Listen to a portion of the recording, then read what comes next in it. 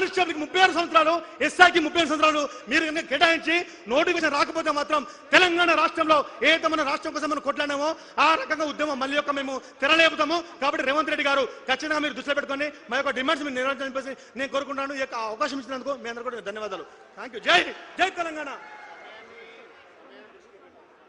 సమయాభావాన్ని దృష్టిలో పెట్టుకొని దయచేసి అందరూ కూడా 2 నిమిషాలు మాట్లాడాలని చెప్పి కోరుకుంటూ సెంట్రల్ లైబ్రరీ నుంచి రవికుమార్ గారు ఇప్పుడు 2 నిమిషాలు మాట్లాడతారు.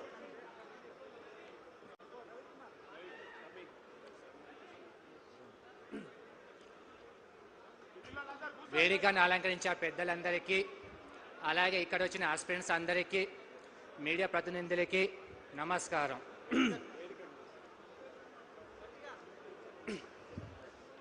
బతకాలి అంటే చావడం నేర్చుకో, అడుగు అడుగున ప్రశ్నించడం నేర్చుకో.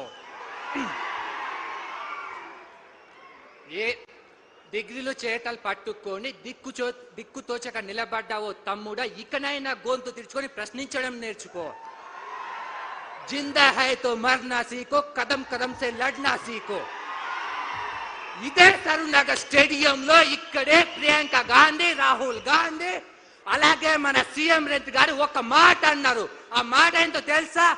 మా ప్రభుత్వాన్ని తీసుకొస్తే 2 లక్షల ఉద్యోగాలు ఒకే సంవత్సరంలో భర్తీ చేస్తున్నారు.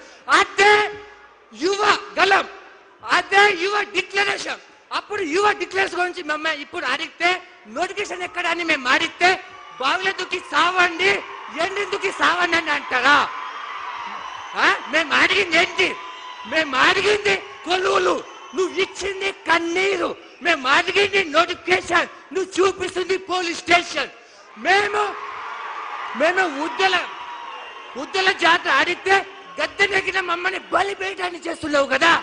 ఈదా దిల్సు నగర్ లో, ఆశోక్ నగర్ లో మా రక్తాన్ని చిందిస్తున్నారు కదా లాఠీ చార్జ్తో. ఇదేనా ప్రభుత్వం? ఇదేనా? గాంధీ భవన్ గదులలో కూర్చొని మా ఆకలి కేకలను అవహేళన చేస్తున్నారు కదా. ఈదా దిల్సు నగర్ స్టడీ హాల్లో, లైబ్రరీలలో మా గుండెల బరువు కన్నీటి వరదలు కాడుతుంది కదా.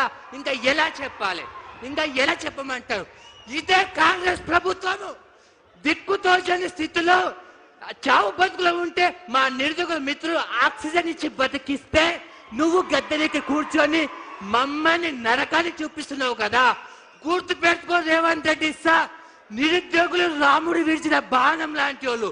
ఎస్, రాముడు లేదే రామేం లేదు, నిరుద్యోగ సపోర్ట్ లేదే మీ ప్రభుత్వం లేదు. అవునాగా ఇక్కడ వచ్చిన నిరుద్యోగులు ఒక్కొక్కరు సైనికుల కదిలి నీ పీదని కూలతోయపోతే అప్పుడు నన్ను అడుగు. ఎస్, అవునా? ఇదే బీఆర్ఎస్ గవర్నమెంట్ గత ప్రభుత్వం ఇచ్చిన నోటిఫికేషన్ ను నీ ఖాతాలు వేసుకున్నావు కదా. నీ దమ్ము ధైర్యం ఉంటే అదే అయోధ్య రాముడితో ప్రమాణం చేసి చూపెట్టు, ఇది నేను ఇచ్చాను అని చెప్పగలవా? ఎస్, నీ మనవాడు పూరీలు చేసుకుంటే ఏమన్నావు? పూరీలు చేసుకుంటే ఏమన్నావు? అదే మనవాడుని టీజీపీఎస్సీ అని కొట్టి చూపెట్టు. నోటిఫికేషన్ ఈ ప్రభుత్వం ఇచ్చిందా లేదా? గత ప్రభుత్వం ఇచ్చిందో తెలుస్తుంది కదా. అప్పుడు వాడు అంటాడు, తాత ఇది మన నోటిఫికేషన్ కాదే, కేసీఆర్ తాత ఇచ్చిన నోటిఫికేషన్ అంటాడు కదా. అవునా కాదా? ఎస్, నేను ఒక రిక్వెస్ట్ చేస్తున్నా, గీతమ్మ విని ఒక రోజు అన్నం పెట్టకమ్మా, అప్పుడైనా మా బాధ ఏంటో తెలుస్తుంది. అవునా కాదా? అయ్యే ఎస్, నువ్వు పెట్టుకునేది ఎవరితో? ఈ నిరుద్యోగుల గురించా? ఈ నిరుద్యోగులే పడిపోతున్న నీ కాంగ్రెస్ జెండాను భుజంపై మోసి ఒక్కొక్క జీవితం ప్రాణం పెట్టి పత్తి చేనులో కాలు మొక్కి నువ్వు ప్రభుత్వాన్ని తీసుకొస్తే ఏమంటావు? పేడ ఆర్టిస్టా? మేం పేడ ఆర్టిస్టా? కెమెరా అక్కడ తిప్పండి, వీళ్ళు వచ్చిన నిరుద్యోగులు పేడ ఆర్టిస్టా తెలుస్తుంది. వీడి కళ్ళలో కాలం పడాలి, వీడి కళ్ళ మంట పడాలి. అవునా?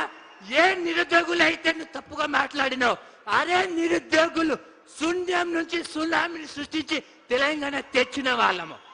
అదే నిరుద్యోగులు, అదే నిరుద్యోగ ప్రభుత్వాన్ని మార్చి నిన్ను గద్దెనెక్కిస్తే మమ్మల్ని అవహేళన అంటావా?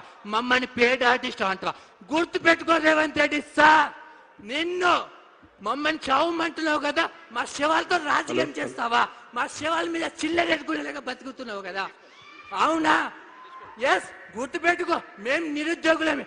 ఈ నిరుద్యోగులని సైన్యాన్ని కదిలి నిన్ను పాతాలని తొక్కపోతే నన్ను అడుగు. నువ్వు ఎస్ ఈ నిరుద్యోగులమే ఏమన్నావు? కాంగ్రెస్ వస్తే మార్పు వస్తుంది. ఆ మార్పు ఏంటో తెలుసా సార్?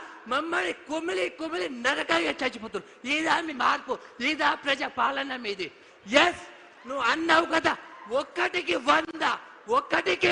100 నువ్వు ఒక్కొక్క మాటకి 100 సార్లు నీకు గిఫ్ట్ ఇవ్వకపోతే నన్ను అడుగు.